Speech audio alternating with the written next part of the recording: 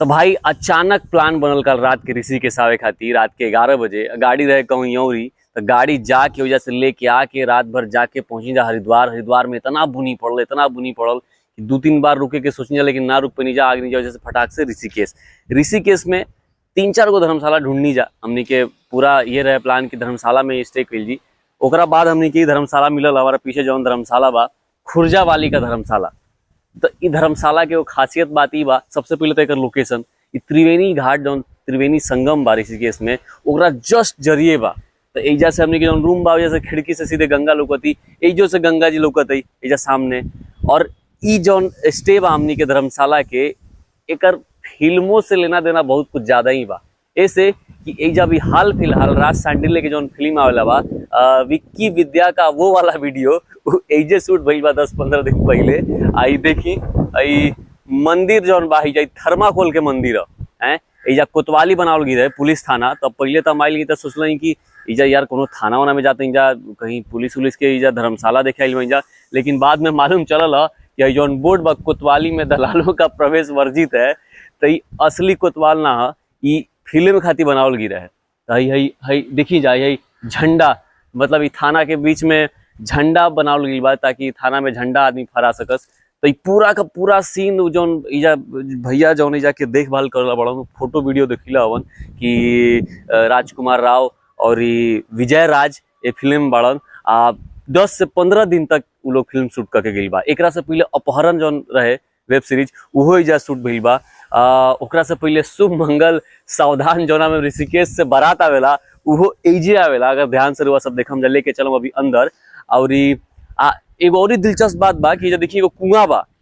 कुआं के फिल्म से लेना देना कुछ निकले, लेकिन आज भी एजा के गेस्ट जौन ठहरेलन इहे कुआं से पानी पियलन।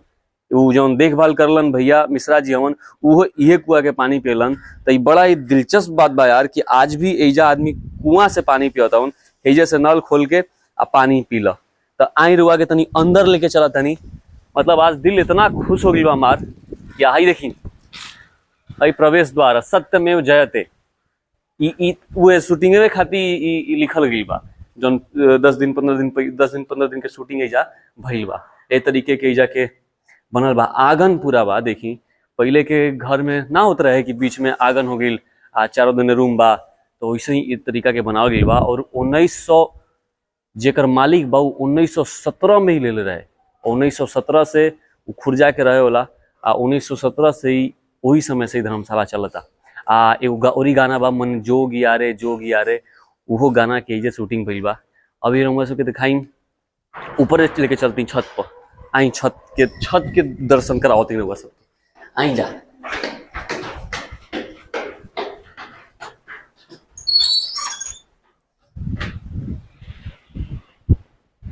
हाल फिलहाल आजो काल में एगो शूट होके वाला रहे छत पर, लेकिन अब अप्रैल आ गई बा। इतना ही जा आवत हवन घूमे खातिर यात्री, तो ओकरा चलते बहुत भरल बा। ऑक्यूपेंसी एकदम ऐसा ऑक्यूपाइड बा इतना कि खाली रूम रहे हमनी के मिल गई। ऐसे शूट कैंसिल कर गई ना, तो शूटिंग आज चली हमनी के दी जाता। आई देखी गंगा जी, आई है त्रिवेणी घाट। उन्हें से राम झूला लक्ष्मण झूला होते हुए गंगा जी होने से आवत है शिवपुरी से होते हुए आई जैसे सीधे कटकुटा के अपन हरिद्वार। तो ये नजारा देखी जा। मन तो रहे कि छतवा पर रूम ले लिया तो रात भर आदमी बैठतन, लेकिन खाली ना रहे। लेकिन तब वो रात के बैठल जी।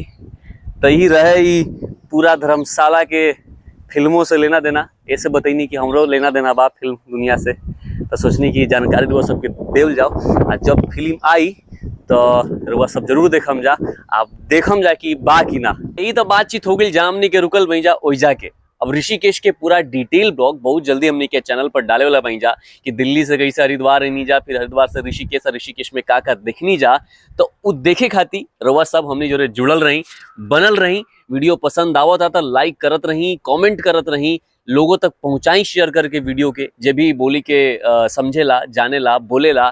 और सब्सक्राइब जरूर करी ना तो वीडियो मिस हो जाए। हम नहीं चाहत कि वीडियो मिस हो रहा सबसे। तो अपन प्यार ऐसे ही बनावत रही। बहुत बहुत धन्यवाद।